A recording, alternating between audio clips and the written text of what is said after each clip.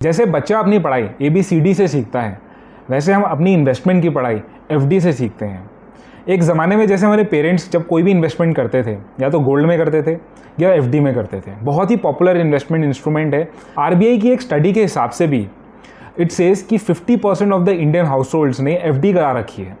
जब ये इतना पॉपुलर इंस्ट्रूमेंट है तो आइए जानते हैं इसके बारे में। साथ ही में हम बात करेंगे most importantly liquid mutual funds के बारे में, जो इसी कैटेगरी के फंड्स के अंदर आते हैं। हम बात करेंगे, इनको कंपेयर करेंगे, डिफरेंट इनके एडवांटेजेस जानेंगे, इनके टैक्सेशन के फ्रंट से जानेंगे। अगर हमें ये जानना है कि किसी को इन्वेस्ट करना है तो हमें क्यों इन्वेस्ट करना है इन इंस्ट्रूमेंट्स के अंदर, इससे हमें क्या बेनिफिट्स मिलता है।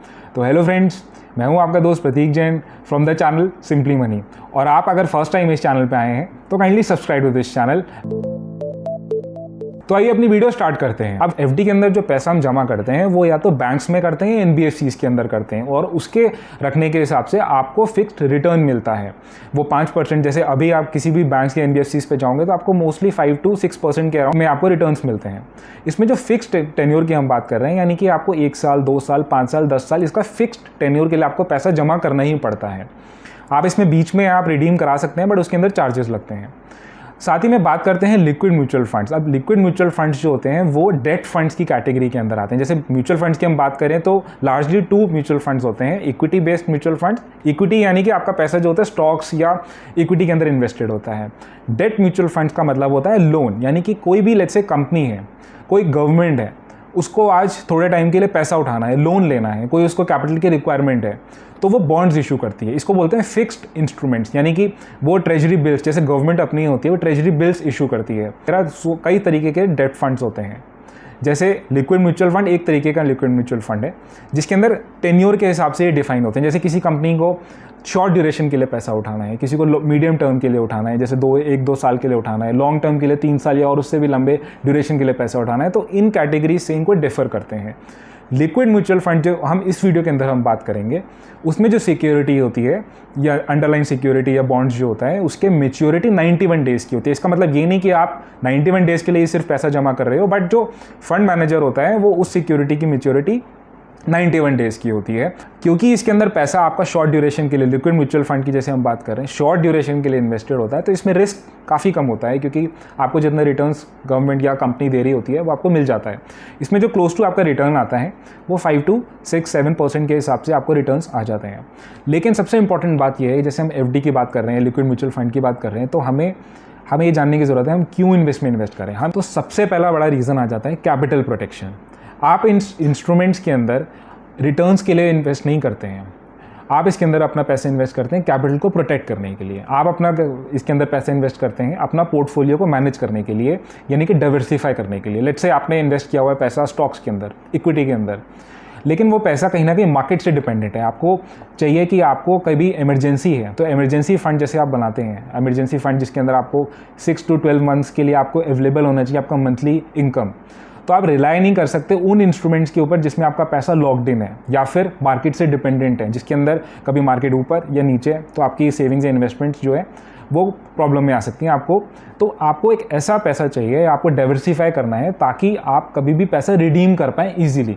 तभी पैसा लोग इन्वेस्ट करते हैं इन इंस्ट्रूमेंट के अंदर। यानी कि फर्स्ट एंड फॉरमोस्ट जो सबसे इंपॉर्टेंट चीज़ है कि रिटर्न्स इसके अंदर ज़्यादा नहीं देखने। तो हमें ऐसा नहीं देखना कि चलो ओके ठीक है, हमें 7% का मिल रहा है, 8% का मिल रहा है, तो मैं इसमें कर देता हूँ। रिटर्न्स के लिए आप इन्वेस्ट करो इक्विटी के अंदर, स्टॉक्स के अंदर या और डिफरेंट इंस्ट्रूमेंट्स के अंदर। लेकिन इसको मैं आपको बोलूँगा, एडवाइस करूँगा कि आपको अगर डाइवर्सिफाई कैपिटल प्रोटेक्ट करनी है तो नंबर 1 एम आपका वो होना चाहिए कैपिटल प्रोटेक्शन।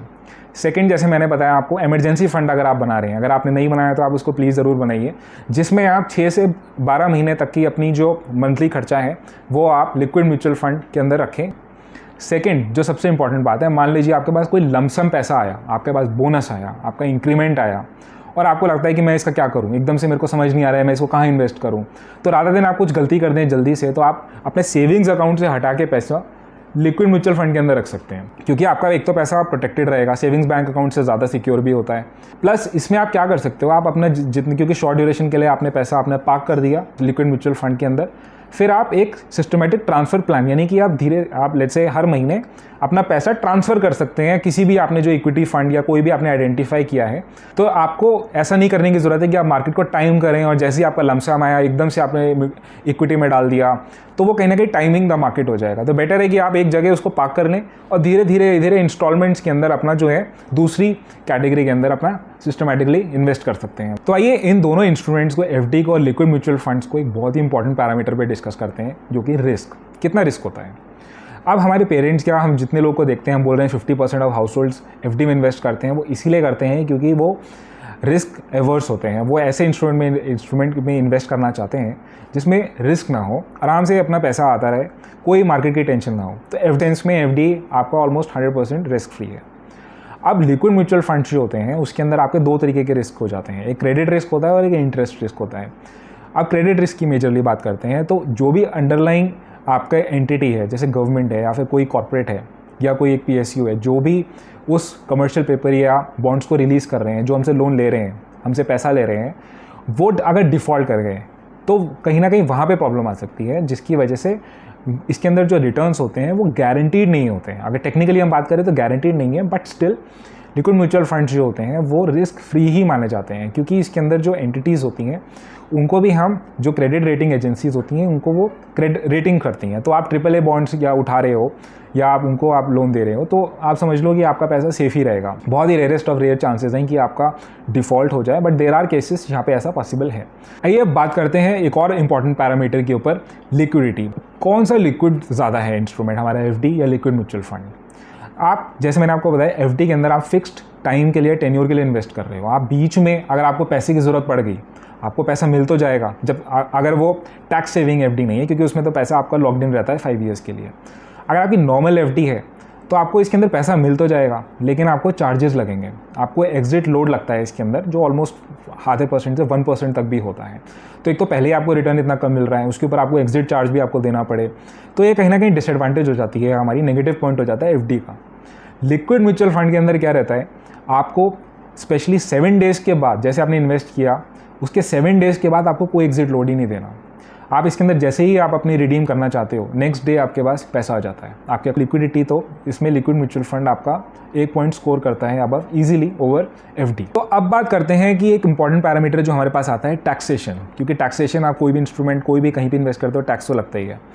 एफडी के अंदर जो आपका टैक्स होता है वो एनुअली लगता है। आपका पैसा, चाहे आप उसमें इन्वेस्टेड भी रहता है, बट स्टिल आपका जो टैक्स है वो हर साल कटता है, वो कैलकुलेट होता रहता है और आपकी इन्वेस्टमेंट्स में से वो कटता रहता है, और वो उतना कटता है जितने की आपकी जो सैलरी के अंदर, आपका जिस सैलरी में आप ब्रैकेट के अंदर हैं, उसी सैलरी ब्रैकेट से आपका टैक्स कटता रहता है, क्योंकि वो आपकी इनकम में ऐड हो जाता है, जो भी आप इंटरेस्ट उस पर गेन कर रहे हो।